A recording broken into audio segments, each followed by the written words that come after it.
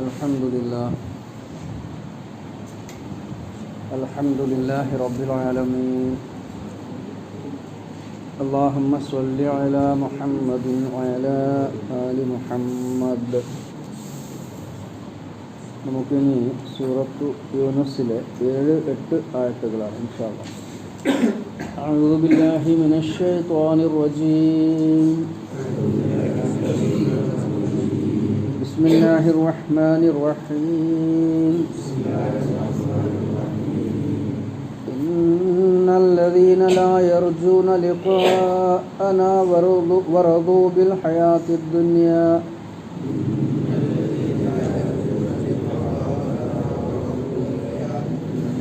وَاطْمَأَنُّوا بِهَا وَالَّذِينَ هُمْ عَنْ آيَاتِنَا غَافِلُونَ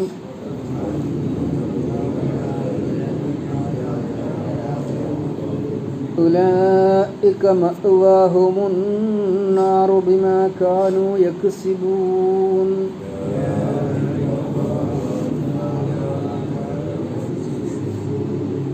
إِنَّ الَّذِينَ തീർച്ചയായും ഒരു വിഭാഗം ആളുകൾ ലാ യർജൂന അവർ പ്രതീക്ഷിക്കുന്നില്ല ലിഖാഅന നമ്മളെ കണ്ടുമുട്ടേണ്ടി വരും എന്നതിനെ സംബന്ധിച്ച് വറദൂ അവർ ഇഷ്ടപ്പെട്ടു തൃപ്തിപ്പെട്ടു ബിൽ ഹയാത്തിദ് ദുനിയ ഇഹലോക ജീവിതം കൊണ്ട് വത്മഅന്നു ബിഹ അതിൽ സമാധാനമടയുകയും ചെയ്തു വല്ലദീന പിന്നെ ഒരു കൂട്ടരും ഹും അവർ അൻ ആയാത്തിന നമ്മുടെ ആയാത്തുകളെ സംബന്ധിച്ച് അടയാളങ്ങളെ സംബന്ധിച്ച് ഗാഫിലൂൻ അശ്രദ്ധയിലായവരാണ്. ഉലൈക അക്കൂട്ടർ മഅ്വാഹും അന്നാറു അവരുടെ സങ്കേതം അവർ ചെന്നു ചേരുന്ന സ്ഥലം അഭയസ്ഥാനം അന്നാറു നരകമത്രേ. ബിമാ കാനു യക്സിബൂൻ അവർ നേടിയതുകൊണ്ട്.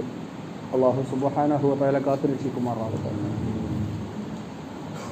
നമ്മൾ പറഞ്ഞിട്ടുണ്ട് നരകത്തെ സംബന്ധിക്കുന്ന പരാമർശം അതും അള്ളാഹു പറയുക. അപ്പോൾ തീർച്ചയായും നമ്മുടെ മനസ്സിൽ ആ നരകം ഉണരണം, അള്ളാഹുവിനോട് കാവലിനെ ചോദിക്കണം, അതിൽ നിന്ന് രക്ഷ കിട്ടുമാറുള്ള ജീവിതത്തിന് വേണ്ടി അള്ളാഹിനോട് തേടണം.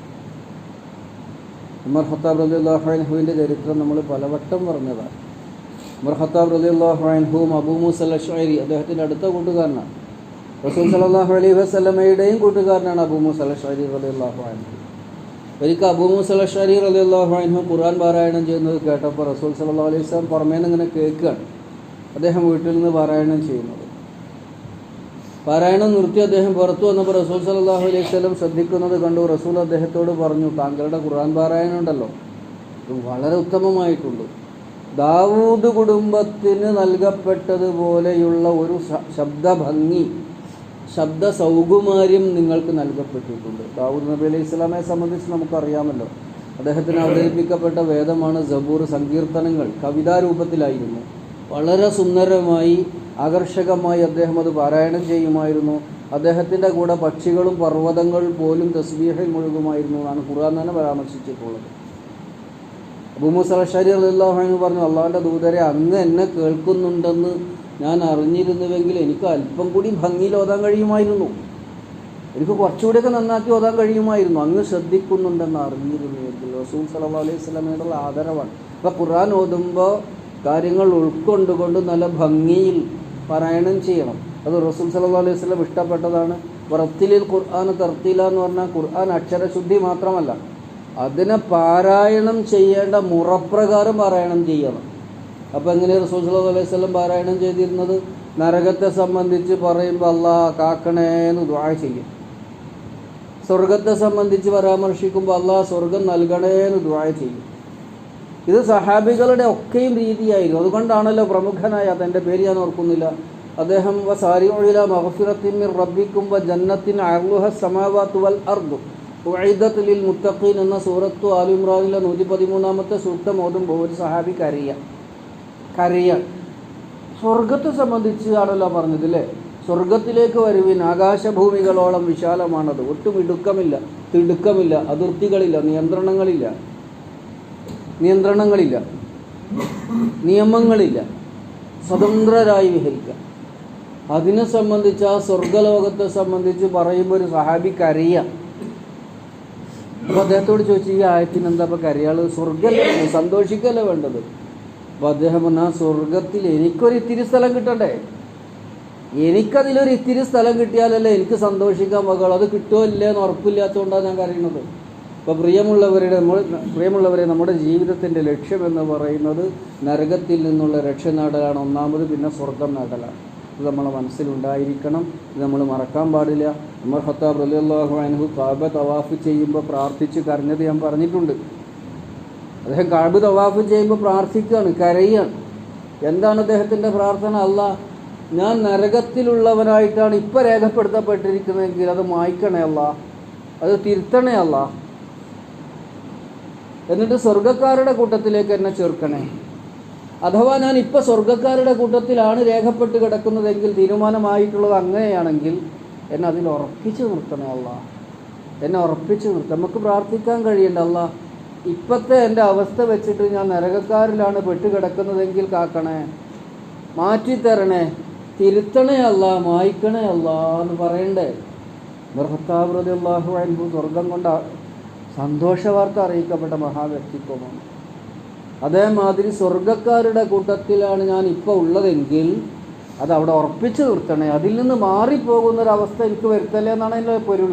അപ്പോൾ പ്രിയമുള്ളവരെ, നമ്മൾ ഖുർആൻ ഓതുമ്പോൾ ജാഫർ ഇക്രിമത്ത് ബിൻ അബീ ജഹൽ റളിയല്ലാഹു അൻഹു, അദ്ദേഹത്തെ നമ്മൾ പഠിക്കേണ്ടതുണ്ട് കേട്ടോ. അദ്ദേഹം റസൂലിൻ്റെ 1 നമ്പർ ശത്രുവായിരുന്നു. ഉമർ ഖത്താബ് കഴിഞ്ഞാൽ പിന്നെ ഏറ്റവും വലിയ ശത്രു ആരാ? ഖാലിദ് ബിൻ വലീദും ഇക്രിമത്ത് ബിൻ അബീ ജഹലും ഒരുപാട് ഉപദ്രവിച്ചിട്ടുണ്ട് റസൂൽ സല്ലല്ലാഹു അലൈഹി വസല്ലം, ഒരുപാട്. എന്നിട്ട് പിന്നെ അദ്ദേഹം ഇസ്ലാം സ്വീകരിച്ചതൊരു ചരിത്രം. അതിനുശേഷം ഇസ്ലാം സ്വീകരിച്ചതിന് ശേഷം പിന്നെ എപ്പോൾ ഖുർആൻ ഓതുമ്പോൾ ഖുർആൻ്റെ ഏടുകൾ കയ്യിലെടുത്താലും, ഖുർആൻ എഴുതിയ ഏതെങ്കിലും ഏടുകളോ ഈ തപ്പനയുടെ ബട്ടയൊക്കെ കയ്യിൽ കിട്ടിയാൽ അദ്ദേഹം അത് എടുക്കുമ്പോൾ തന്നെ പറയും, ഹദാ കലാമു റബ്ബി, ഹദാ കിതാബു റബ്ബി, ഇതെൻ്റെ റബ്ബിൻ്റെ കലാമാണ് ഞാൻ വായിക്കാൻ പോണത്, എൻ്റെ റബ്ബിൻ്റെ നിയമമാണ് ഞാൻ മനസ്സിലാക്കാൻ പോകുന്നതെന്ന് പറഞ്ഞിട്ടാണ് പോവുക. അപ്പോൾ ഞാൻ പറയുന്നത്, പ്രിയമുള്ള, ഖുർആൻ എടുക്കുമ്പോൾ തന്നെ ഞാൻ ഇത് വെറും ഒരു പുസ്തക വായനയല്ല, ഇത് അള്ളാഹിൻ്റെ കലാമാണ്, അള്ളാഹുവിൻ്റെ നിയമമാണ് എന്ന ബോധത്തോടു കൂടിയായിരിക്കണം എന്ന് ഞാൻ ആമുഖമായി എല്ലാവരെയും ഉണർത്തുകയാണ്. ഇന്ന് ഓതി വെച്ച ആയത്തിൻ്റെ അർത്ഥം വളരെ എളുപ്പമാണ്. 1-2 പ്രാവശ്യം പറഞ്ഞാൽ തന്നെ നമുക്കൊന്ന് മനസ്സിലാക്കാം. എന്താ പറഞ്ഞത്? ഇന്നല്ലദീന ലാ യർജൂന ലിഖാഅന, ലിഖാ തന്നെ കണ്ടുമുട്ടുക എന്നാണ്. നാളെ കാണാമെന്നുള്ളതിന് നമുക്ക് ഈ ലിഖാ എന്ന് പറയും, കാണാം പിന്നെ കാണാമെന്ന് പറയാം. നമ്മൾ സാധാരണ പറയണം കാണാം കേട്ടോ, നമുക്ക് കാണാം. അതിന് അറബി ഭാഷയിൽ എന്താ പറയുക? ഇല്ല ലിഖ, നമുക്ക് കാണാം പിന്നെ കാണാം.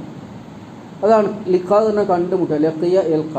ഇന്നല്ലദീന ലാ യർജൂന ലിഖാഅന, നമ്മുടെ ലിഖാഇനെ, നമ്മളുമായി കണ്ടുമുട്ടേണ്ടി വരും എന്നതിനെ, അല്ലെങ്കിൽ നാം അവരെ കണ്ടുമുട്ടും എന്നതിനെ, അഥവാ പരലോകത്ത് അള്ളാഹുവിൻ്റെ മുമ്പിൽ വിചാരണയ്ക്ക് വേണ്ടി നിൽക്കേണ്ടി വരും എന്നതിനെ, അതാണല്ലോ ലിഖാ.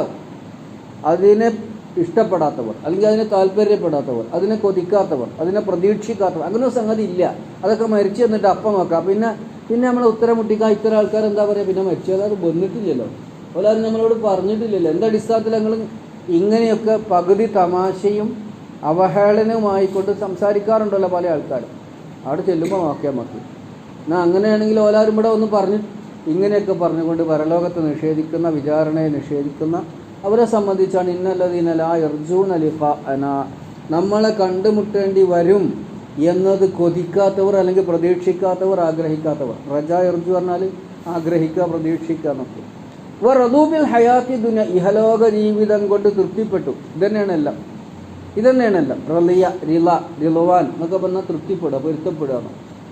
വത്തുമഇന്നു, തുമഇനീനത്ത്, നമുക്കറിയുന്ന ഒരു വാക്കല്ല തുമഇനീനത്ത്, അതിൽ സമാധാനം. ഇതന്നെ ജീവിതം, ഇതിനപ്പുറഞ്ഞൊന്നുമില്ല. ഇവിടെ ദുനിയാവ്, ഇവിടെ സമ്പത്തുണ്ടാകണം, സമ്പത്തുണ്ടായാൽ പിന്നെ സ്ഥാനമാനങ്ങൾ ഉണ്ടാകണം. ഇങ്ങനെ ഇവിടെ ആസ്വദിക്കുക. നമ്മൾ കുട്ടികളൊക്കെ അടിച്ചു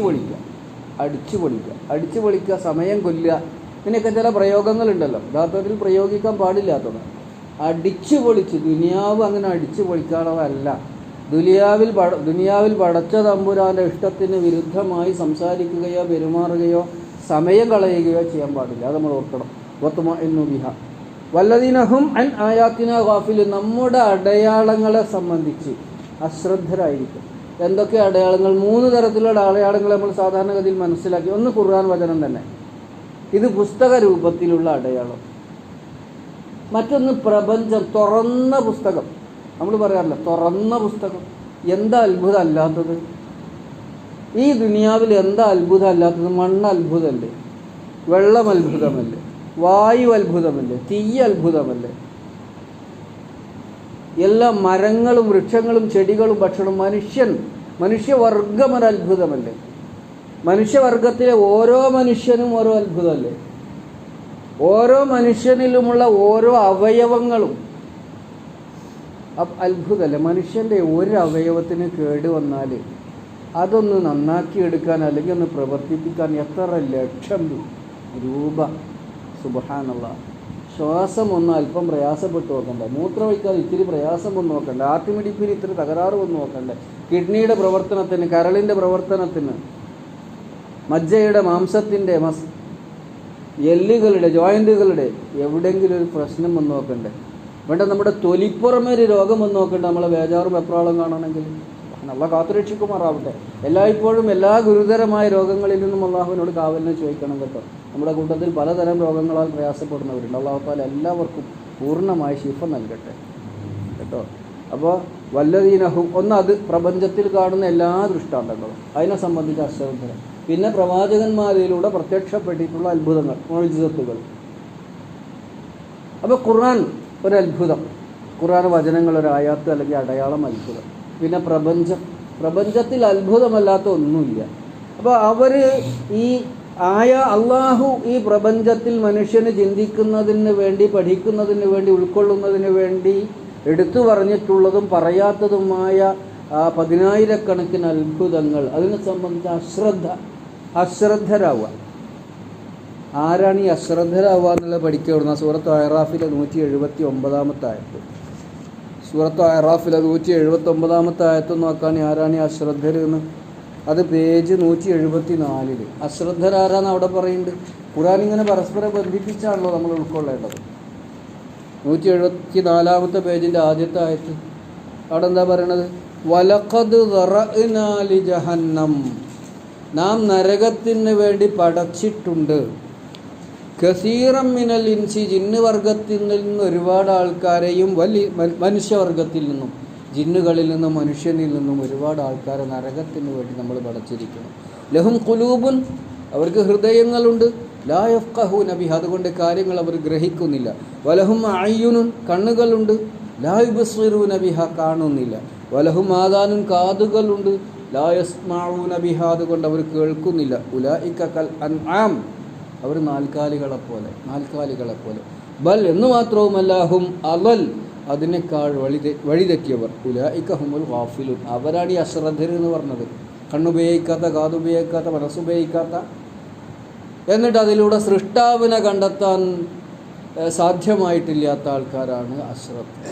അപ്പോൾ എന്ത് വേണം? നമ്മൾ കണ്ണും കാതും മൂക്കും കഴിവും എല്ലാ അള്ളാഹു താല നൽകിയിട്ടുള്ളതും അള്ളാഹുവിൻ്റെ മാർഗത്തിൽ അള്ളാഹുവിലേക്ക് അടുക്കുന്നതിന്, അള്ളാഹുവിനെ അറിയുന്നതിന് ഉപയോഗപ്പെടുത്തണം എന്ന് പറഞ്ഞു. അപ്പോൾ അത്തരം ഹും അനായാത്തിന ഗാഫിലൂൻ, നമ്മുടെ അടയാളങ്ങളെ സംബന്ധിച്ച് അവർ അശ്രദ്ധരുമായിരിക്കും. ഉലൈക മഅ്വാഹുമുന്നാർ, അവരുടെ മഅ്വ, സങ്കേതം, ആവാന്ന അഭയം തേടുകയാണ്. അവരുടെ സങ്കേതമന്നാറു, നരകമായിരിക്കും. ബിമാ കാനു യക്സിബൂൻ, അവരുടെ കയ്യിലിരിപ്പ് വേണ്ട. കസബ എന്ന നേടി സമ്പാദിച്ചതൊക്കെ കസ്ബ്. നമ്മൾ പറയില്ലേ, ഓൻ്റെ കയ്യിലിരിപ്പോണ്ട് പറ്റിയത്, നമ്മളങ്ങനെ പറയലുണ്ട്. വെറുതെ ഒന്നല്ല, ഓൻ്റെ കയ്യിലിരിപ്പ് അത്തരത്തിലാണ്. അപ്പോൾ ഇങ്ങനെ അള്ളാഹുവിൻ്റെ ശിക്ഷയ്ക്ക് വിധേയരാവാനുള്ള കാരണം അള്ളാഹുവിനോട് അക്രമം ചെയ്തതല്ല, ഓൻ്റെ കയ്യിലിരിപ്പോണ്ട് പറ്റിയതാണ്. അപ്പോൾ അള്ളാഹുവിനെ ആക്ഷേപിച്ചിട്ട് കാര്യമില്ല. അള്ളാഹു താല മനുഷ്യന് സന്മാർഗ ലബ്ധിക്ക് ആവശ്യമായ സംവിധാനങ്ങളൊക്കെയും ഒരുക്കിയിട്ടുണ്ട്. ഇനി അള്ളാഹുവിനെ ആക്ഷേപിക്കുകയില്ല. അല്ല, ഇനി നമ്മളെ നിലപാടിനെ പരിശോധിച്ചുകൊണ്ട് നരകത്തിൽ ചെന്ന് ചാടാതിരിക്കാനാണ് ശ്രദ്ധിക്കേണ്ടത്. അപ്പോൾ ഉലൈക മഅ്വാഹുമുന്നാറു, അവരുടെ സങ്കേതം നരകമത്രയെന്ന് പറയുമ്പോൾ അത് അതിൽ ഇന്നെ പെടുത്തല്ലേ കേട്ടോ. അതിൽ പെടുത്തല്ലേ, എൻ്റെ കുട്ടികളെയും പെടുത്തല്ലേ, എൻ്റെ പേരക്കുട്ടികളെയും പെടുത്തല്ലേ, എൻ്റെ മരുമക്കളെ പെടുത്തല്ലേ, എൻ്റെ ഭാര്യനെ പെടുത്തല്ലേ, എൻ്റെ സഹോദരന്മാരെ പെടുത്തല്ലേ, എൻ്റെ സഹപ്രവർത്തകരെ പെടുത്തല്ലേ, എന്നോട് പ്രാർത്ഥനയ്ക്ക് വസിയത്ത് ചെയ്തിട്ടുള്ളവരെ പെടുത്തല്ലേ. ഇതിനൊക്കെ ദുആ ചെയ്യേണ്ടത് നമ്മൾ. നരകം എന്ന് പറഞ്ഞാൽ അത്ര ഭീകരമാണ്, ഭീതിതമാണ്. അപ്പോൾ അത് ഉൾക്കൊള്ളണം. ഞാൻ എപ്പോഴും പ്രിയമുള്ളവരെ പറയുന്നത്, നമ്മുടെ ജീവിതം കൊണ്ട് നമ്മൾ നേടിയെടുക്കേണ്ടത് സ്വർഗമാണ്. നമ്മൾ നേടിയെടുക്കാൻ അള്ളാഹുവിൻ്റെ കാരുണ്യം കൊണ്ട് തന്നെ കിട്ടുള്ളൂ കേട്ടോ, അല്ലാതെ കിട്ടില്ല.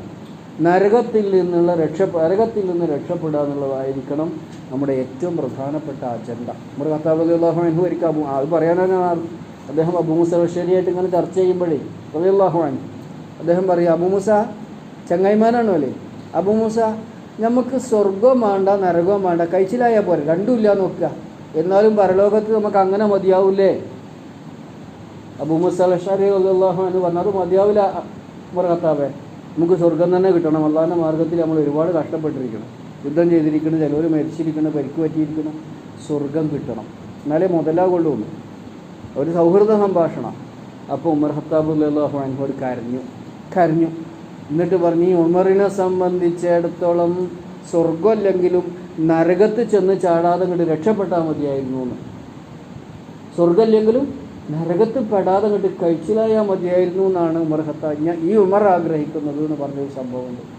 അപ്പോൾ പ്രിയമുള്ളവരെ, നരകം സഹിക്കാൻ കഴിയില്ല കേട്ടോ. അവിടെ ചെന്നിട്ട് അയ്യത്തടാന്ന് പറയരുത്. ഇവിടുന്ന് നമ്മുടെ നിലപാട് തീരുമാനിക്കണം. അള്ളാഹിനോട് നിരന്തരമായി കാവലിനെ ചോദിക്കണം. അള്ളാഹു സുബ്ഹാനഹു വ തആല നമ്മയൊക്കെ കാത്തു രക്ഷിക്കുമാറാവട്ടെ. നരകത്തിൽ നിന്ന് നമുക്ക് മുക്തി രേഖപ്പെടുത്തിക്കൊണ്ട് ജന്നാത്തുൽ ഫിർദൗസിൻ്റെ ആളുകളിൽ നമ്മളെയും നമ്മളുമായി ബന്ധപ്പെട്ട എല്ലാവരെയും അള്ളാഹു തആല ചേർത്ത് അനുഗ്രഹിക്കുമാറാവട്ടെ. റബ്ബനാ ളലംനാ അൻഫുസനാ വഇൻ ലം തഗ്ഫിർ ലനാ വതർഹംനാ ലനകൂനന്ന മിനൽ ഖാസിരീൻ. വആഖിറു ദഅ്വാനാ അൽഹംദുലില്ലാഹി റബ്ബിൽ ആലമീൻ.